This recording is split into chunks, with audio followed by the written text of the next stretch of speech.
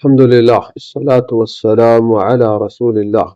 Ebu Hurajra radhiyallahu anhu ka treguar se I dërguari I Allahut sallallahu alaihi wasallam ka thënë: "Idha kana awwalu laylatin min Ramadan, suffidat ash-shayatin wa maradat al-jinn, wa futihat abwabu al-jannah wa ghulqat abwabu an-nar, wa nada munadin ya baghi al-khayr aqbil wa ya baghi ash-sharr aqsir. Walillahi fihi utaqa'u wa dhalika inda kulli lejla." Thot I dërguari Allahut sallallahu alaihi wasallam, kur vjen nata e parë e muajit Ramazanit, hapen dyert e xhennetit dhe nuk mbetet asnjë derë e xhennetit e mbyllur. Mbyllen dyert e zjarrit të xhehenemit dhe nuk mbetet asnjë derë e zjarrit të xhehenemit e hapur. Lidhen shejtanët dhe rebelët e xhinve dhe një thirrës thret: "Ej ti që kërkon të bësh vepra të mira, eja se kjo është koha. Ej ti që kërkon, që dëshiron të bësh vepra të këqija, hiq dorë nga mëkatet, nga gjunahet, bëj kthes, bëj tauba." Dhe në çdo natë të muajit Ramazanit, Allahu I lartësuar liron njerëz nga zjarri I xhehenemit, domethënë shpëton njerëz nga zjarri I xhehenemit. Këtë hadith e ka sjell Tirmidhi në Sunenin e tij. Atëherë që kur hyn nata e parë e muajit Ramazanit, Allahu subhanahu wa ta'ala I hap portat e xhenetit dhe asnjë derë e xhenetit nuk mbetet e mbyllur. Hapen portat, mbyllen portat e zjarrit të xhehenemit, asnjë portë e zjarrit të xhehenemit nuk mbetet e hapur. Lidhen shejtanët dhe rebelët e xhinve. Kështu që kjo është nga mirësitë e muajit Ramazanit. Në këtë muaj ne kemi mundësi të mëdha që ta fitojmë xhenetin, të shpëtojmë nga zjarri I xhehenemit, në mënyrë që njerëzit të bëjnë tauba, që njerëzit të kryejnë detyrat, të bëjnë ibadete, të ruhen nga të këqijat. Allahu subhanahu wa ta'ala në këtë muaj I ka lidhur shejtanët dhe rebelët e xhinve. Shejtanët I tundojnë njerëzit për të bërë vepra të këqija, për të mos I kryer detyrat. Shejtanin ne e kemi armik, por shejtani në këtë muaj është I lidhur sipas hadithit profetit sallallahu alaihi wasallam. Po këtu lind pyetja: nëse shejtanët janë të lidhur, atëherë pse ka njerëz që bëjnë gjunahe edhe në Ramazan? Pse ka njerëz që bëjnë gjunahe edhe në muajin e Ramazanit, madje që nuk kujdesen për agjërimin? Përgjigja: sipas një varianti tjetër të hadithit, lidhen rebelët e shejtanëve dhe jo të gjithë shejtanët dhe xhindët, por rebelët e tyre. Maradatu shayatin. Pra më të këqijt e tyre, po jo të gjithë. Sipas një varianti tjetër, shejtanët lidhen, por jo për të gjithë njerëzit, për ata që ruajnë agjërimin, kujdesen për agjërimin, domethënë ruhen nga gjunahet. Sipas një shpjegimi tjetër. Të gjitha këto shpjegime të transmetuara nga dietarët e ummetit. Pra, sipas një shpjegimi të tretë, edhe pse shejtanët janë të lidhur, njeriu mund të tundohet nga nefsi I prirur për keq. Njeriu ka dëshira, mundet që njeriu të jetë I prishur në nefs. Kështu që edhe pse janë lidhur shejtanët, ky njeri se ka marrë veten, nuk përmirësohet. Allahu na ruaj.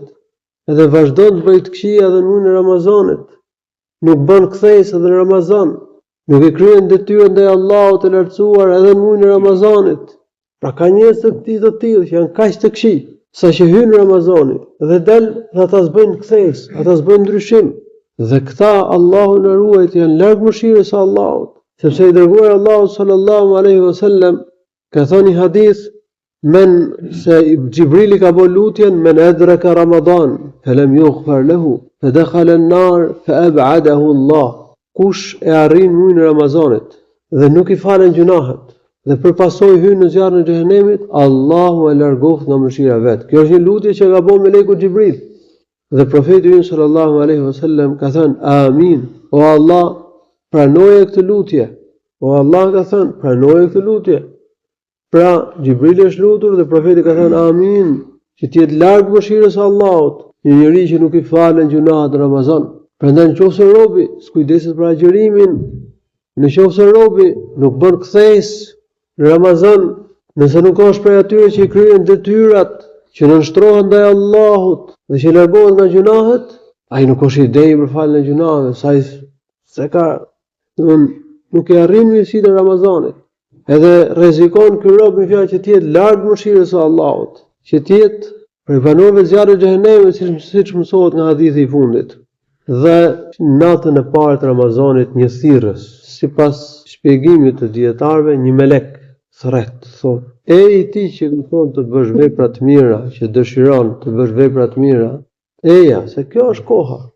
Muaji i Ramazanit, muaji i mirësive të mëdha, është muaji i veçuar, muaji i bekuar, siç ka përmendur profeti në një hadith: "Takum shahru Ramadan, shahrun mubarak", ju ka ardhur muaji i Ramazanit, një muaj i bekuar, thotë i dërguari i Allahut sallallahu alaihi wasallam. Dhe e i ti që dëshiron të bësh të këqija, hiq dorë, bëj kthes, bëj toba, dhe në çdo natë Ramazanit Allahu liron njerëz nga zjarri i xhehenemit. Liron domethënë i shpall si të shpëtuar, do shpëtojnë, nuk do hyjnë në xhehenem ta njerëz. Për çdo njeri, po u shpjegoj tani, për çdo njeri është caktuar një vend në xhenet dhe një vend në zjarrin e xhehenemit, sipas haditheve të profetit. Dhe nëse robi nuk shpëton nga zjarri i xhehenemit, nëse robi nuk shpëton nga zjarri i xhehenemit, Allahu na ruaj të përfundon në xhehenem. Nëse shpëton nga zjarri i xhehenemit, atëherë në ditën e gjykimit, vendet e tyre në xhehenem kush do i zonë? Jehudit, krishterët, idhujtarët, pra kafirat, në përgjithësi kafirat që do jenë banorë të zjarrit të xhehenemit. Nësa banorët e xhenetit do jenë në xhenet, do zonë vendet e tyre në xhenet, për që në muajin e Ramazanit Allahu liron njerëz nga zjarri i xhehenemit. Liron njerëz nga zjarri i xhehenemit në çdo ditë dhe çdo natë, sipas një hadithi.